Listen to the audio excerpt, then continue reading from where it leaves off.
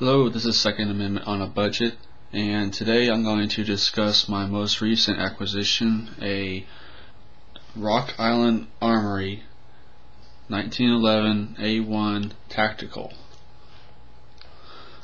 The difference between the tactical and the government model is that the tactical has a skeletonized trigger, it has a full length guide rod, it has the skeletonized hammer, has extended beaver tail grip safety, has ambidextrous thumb safety. Now, of course, I have made some changes to this. I've gotten walnut, checkered, double diamond, US engraved grip panels, and I have added a pierce grip to the front. Right here. Comes in the box with an ACT mag, holds 8 rounds, made in Italy. And here's the box it came in. In the box is also the book with full disassembly instructions and exploded view. Envelope with two fire casings. I bought this gun at the Country Sidewalk Trading Post in Wellington, Kansas, and here's the original grip panels.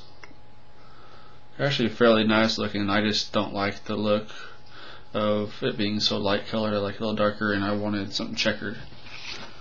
Otherwise, they're fairly nice. Solid wood. Another addition I've made to it is I've added night sighters, because it's just standard black on black sights on it. Night sighters, which are these.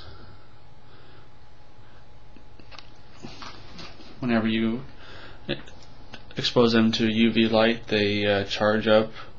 So if you're up and carrying during the day, they'll charge, or if you leave them under a light on your nightstand for a while before going to bed, they'll charge up for a little bit. But if you hit them with a UV flashlight like this,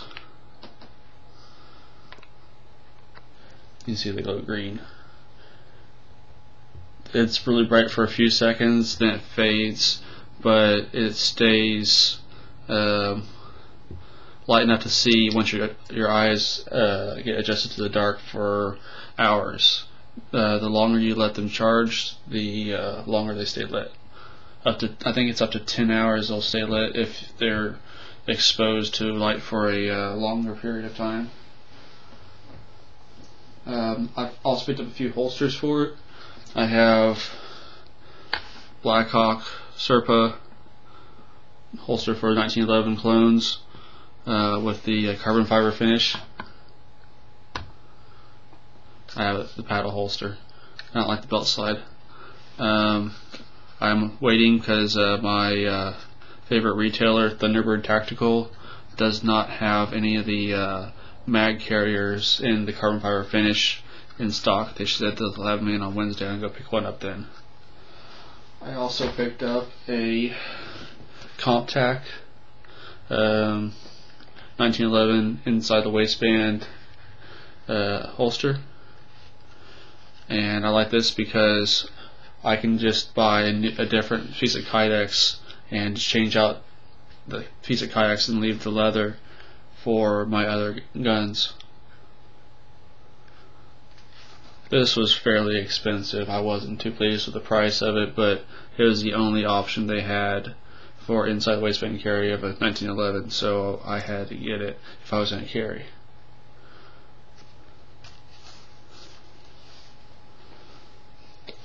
Alright, and I think now I'm going to show you how to field strip it. I've already done it in a DCOA, which is a disassemble, clean, oil, and assemble of the 1911, and I'm not in any hurry to do that again anytime soon, because this gave me a few problems with the pin for the mainspring housing. I was having a whole lot of trouble getting it back in, because whenever I bought it, you can tell there's a little bit of deformity there at the bottom here. where the mainspring housing was in there at an angle, and it had bent the frame out a little bit, so I had to beat on it in order to get the pin back in because it had been put in there at the angle in the first place. Now this is safe, it's cleared. I always clear it before I even start recording. Of course, in the 1911s, the thumb safety can only be put on whenever it's cocked and locked, which is the only way it's supposed to be carried. So, and it won't fire if the grip safety isn't depressed. So if I don't depress it, it won't fire. But if you depress it, it will.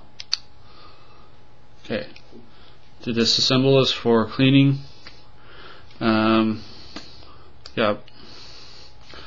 Press in on the barrel bushing here, and you're going to rotate, or pressing on the plunger, and you're going to rotate the barrel bushing 90 degrees so it's out of the way, and then you can take out the plunger. You want to keep pressure on it when you lay it out, otherwise it's going to shoot across the rim. Here's the plunger, recoil spring, and if you rotate the bushing, you can just work it out.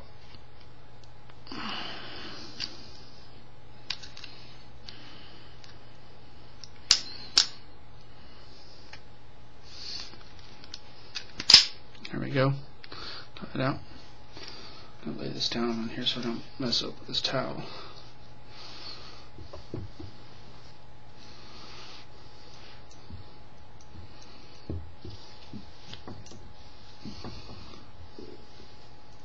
Okay. Alright, so there we go.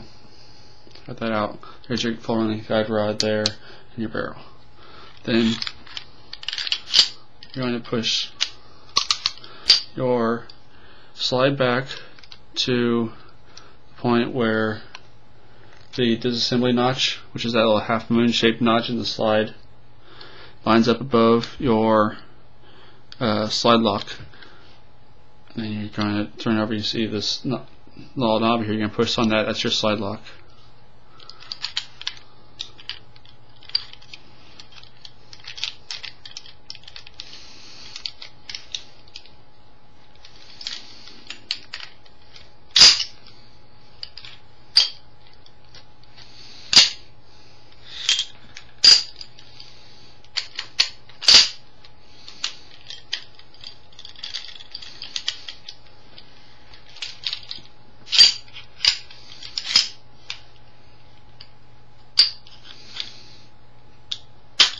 There we go.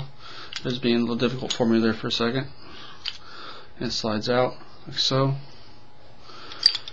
Then you can just slide your barrel and slide off. Okay. And you can remove your full-length guide rod,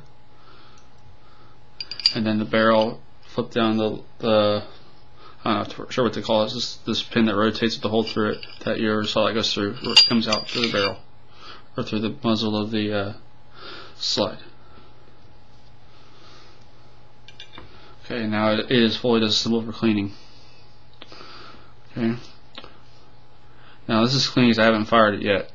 I'm going to go do that tomorrow. I'm going to test it with Winchester White Box 45 Auto 230 grain ammunition.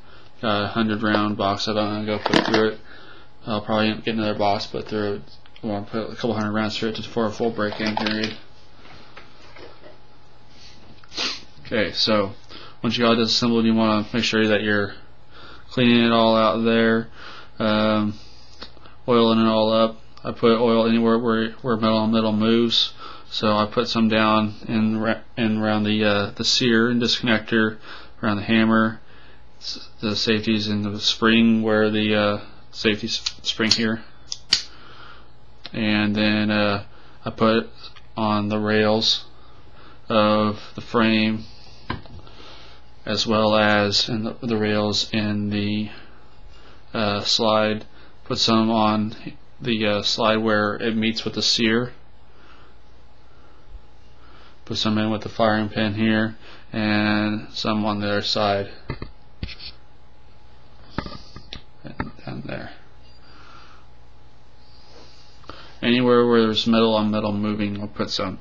Also, I made sure to, whenever I clean it, I always clean it until all the patches come completely clean. That's training from whenever I went through basic training through now. I still do it with my issued M16 whenever we go to the range. I always clean it until it is perfectly clean, the cloth coming through the bore, and then I run through a patch with some oil on it just to prevent rust. Also wipe down the whole exterior of it with oil. And I'm going to do that now just so that I have it on there for when I go to the range tomorrow.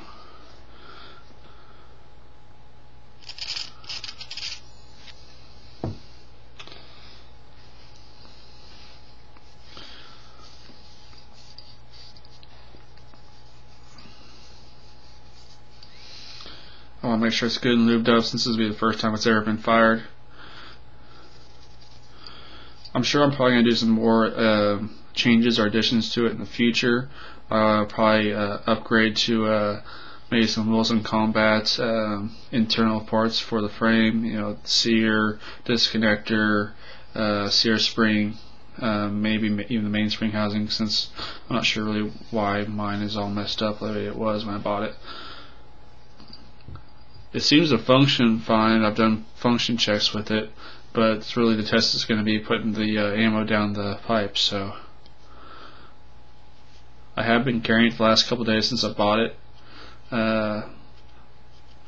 and I'm getting my holsters broken in and getting used to the weight of it, because I'm used to carrying a FNX9, which has been up to this point my everyday carry gun.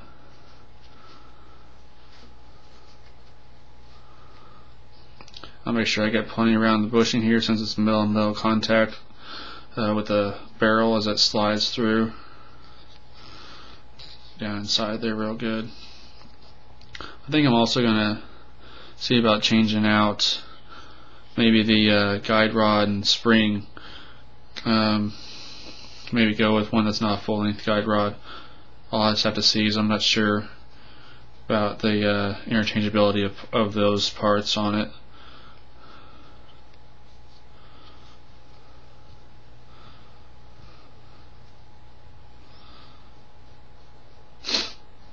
It did come with one magazine. I've bought two more.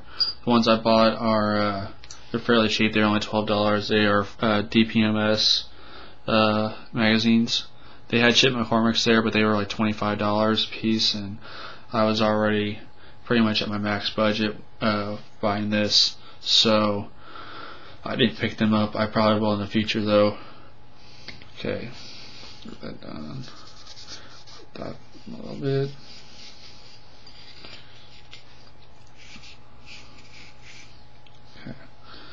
Go.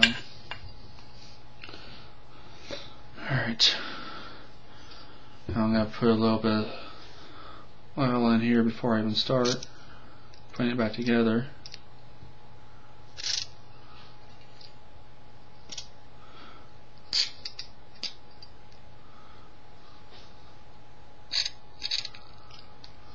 I know I'm putting a lot of oil in here. I'm just going to wipe off the excess. I just want to make sure that it's fully ready to go.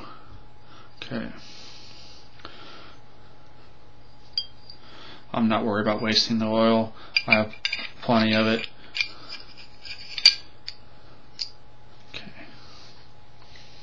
And of course the half moon side goes down on the barrel. Okay.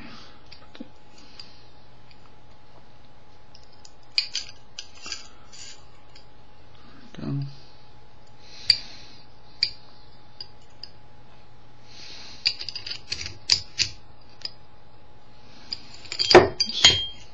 Should put this bushing back on before I put the spring in. That was my bad. Believe it or not, I actually do know what I'm doing, even though it may not look like it.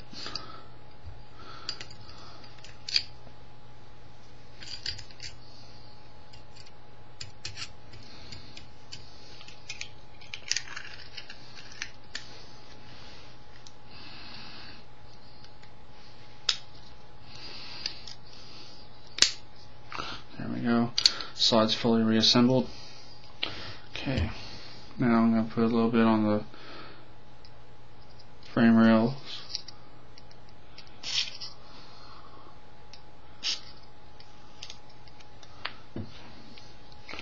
Alright, and just slide it on.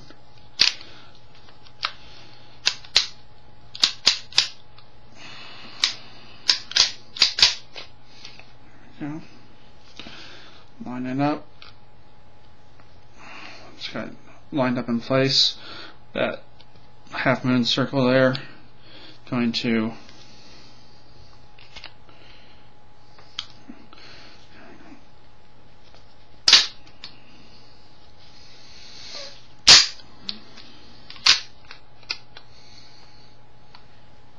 there we go. Gotta put that in first. Make sure I get into the hole of the barrel through there.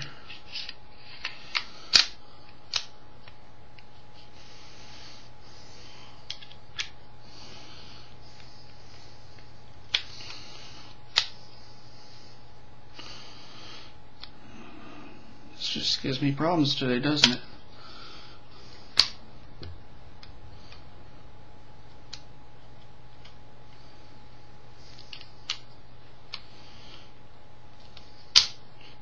Go.